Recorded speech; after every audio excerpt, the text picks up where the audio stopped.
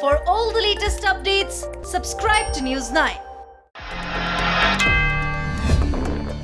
US President Donald Trump celebrated America's birthday by stoking divisions over a perceived culture war and dismissing the two most immediate threats to his presidency: a massive resurgence of COVID-19 cases and a growing racial justice movement seeking an end to police violence across the nation.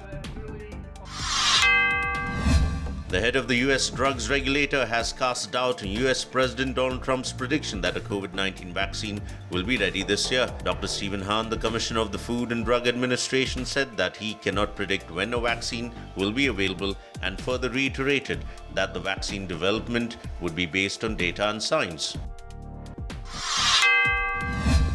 US President Donald Trump said that China should be held responsible for its secrecy and cover-up that allowed them to spread COVID-19 all over the world. President Trump touted the country's progress against the COVID-19 disease despite a nationwide spike in the number of COVID-19 cases.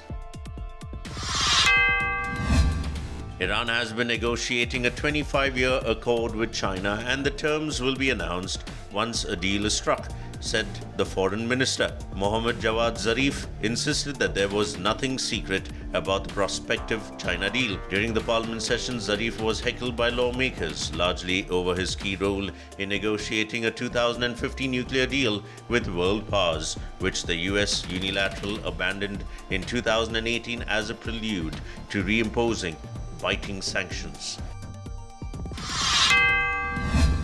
The UK will likely see a further 27,000 excess deaths by next April if England does not cautiously lift COVID-19 restrictions, a former chief scientific advisor to the British government warned. Sir David King, who now chairs a group of experts rivaling the government's scientific advisory group for emergencies, said that if England continues registering 2,000 to 3,000 new infections per day until next April, and 27,000 excess deaths would follow.